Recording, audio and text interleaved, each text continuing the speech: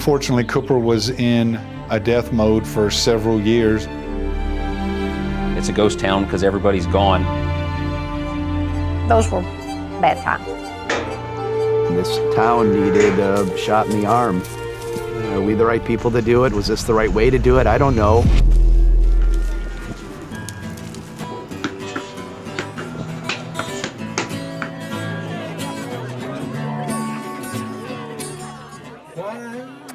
I'm Paul Dwyer. And I'm Jennifer Dwyer, and we own and operate BFT Ranch here in Ben Franklin, Texas. So we raised our family up in Grand Rapids, Michigan. Was this kind of normal suburban life? And she would say, I really want to move to Texas. I want to get the cattle ranch started. I lived in Texas for quite a while before my father was transferred up to Michigan. All right, ladies, let's try this My again. extended family were all farmers out in Lubbock area. I wanted to raise natural beef, more in tune with Mother Nature. We started with 10 mama cows. We've grown to 68 mama cows. Good job. I've always enjoyed cows and hay and perfect fit. We got back here as soon as we could. We landed where we did because this was the right parcel. And, you go to town, right? What's the closest town? It was a little place called Cooper, Texas. It's Cooper, not Cooper. And what I tell people is, can you say book or look? It's the same thing, Cooper. So I'm from Cooper, Texas. You can buy Cooper tires. Cooper. Oh, no Cooper. Cooper, I'd start by, it's a small town. Everybody knows one another. Cotton was big when Cooper first started. It was a wonderful place to grow up. I think I had 56 classmates in my class for all those years. She had a big class because mine was only like 46 or 48 in my class. There were individuals that remember their father coming up and parking a vehicle on the square and then going home, essentially reserving a spot for that evening because it was so busy. This used to be a very happening little town. We had 3 grocery stores at one time at least. It's a pretty wonderful place to be from.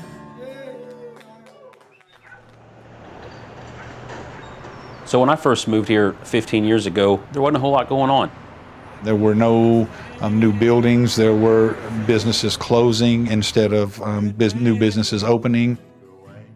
When the cotton quit growing, the cotton gins stopped, the farmers, there was a drought. A lot of the farmers pulled out. They had to go to different cities because there just wasn't any work here. I know right when I got out of high school, the first thing I did was I took off and moved to Dallas and went to work, which is what so many people did. There used to be 2 movie theaters in this town. When people left, it really took a toll.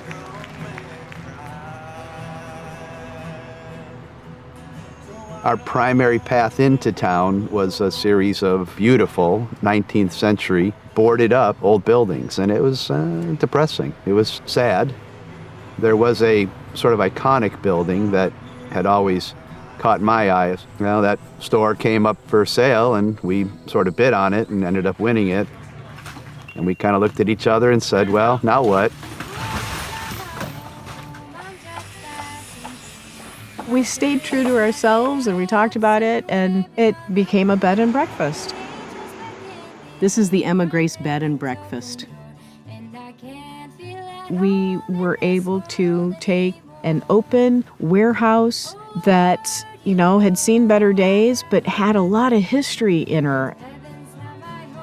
We didn't have to add much, but plumbing and drywall to create some rooms. It escalated from there.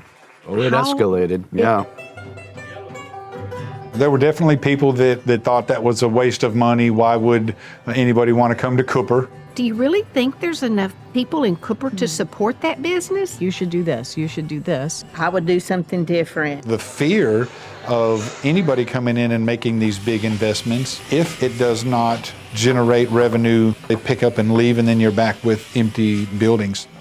I'd get a side eye or a frown. It's like, guys, I'm not going anywhere. I live here. I'm going to die here. You can't get rid of me, even in death. I'm here. Is this really going to pay off for them? And of course, we see that it has. Kind of needed to happen. It was just the right thing to do. These buildings needed to be celebrated. They weren't meant to be boarded up in a dead town. They were meant to be a stepping stone in that town's revitalization.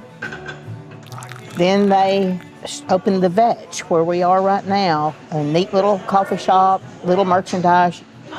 Today I had the hot Vetch doodle, and it was quite good. I don't even know what that is. The murals that they painted on the wall over here that took weeks and weeks and weeks, they were doing it because of the goodness of their heart. So that's when you know you got something special there. What's happened because of the Dwyers is not only did that entire block get remodeled, but the whole north side of the square and then 3 other buildings right on our downtown corners are being remodeled. And I'm telling you, that came through that initial investment through them taking that chance and other people then getting on board. Okay. Anything else? You see this movement here in Cooper where everyone is really trying to band together and build Cooper up. Puts a little pep in everybody's step and makes them want to do a little more too.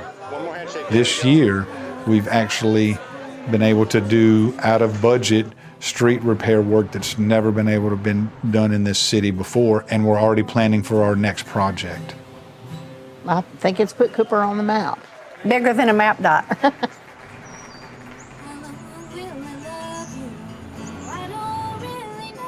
What's the future for Cooper? I think it's wide open. What we really want is we want our downtown back like it used to be, with all the buildings full and thriving businesses. Everyone in this town completely supports all of the new things that are going on in town, and they know that it's going to be to the benefit of our community. Why not have wonderful, amazing restaurants and shops in a small town? I love y'all. Who says they all have to be in Dallas? I think it just took 2 non-business owners.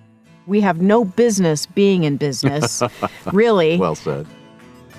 It just took a leap of faith and just kind of made it happen. What's next? Oh, swell.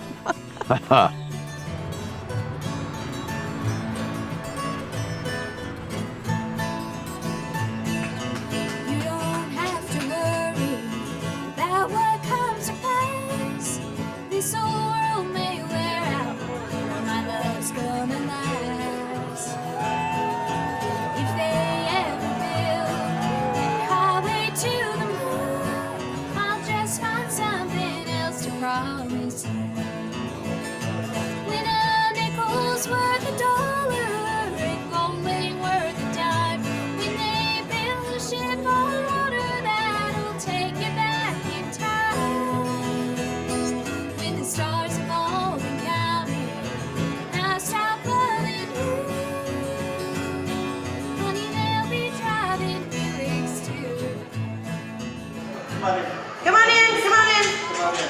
Take one, Mark.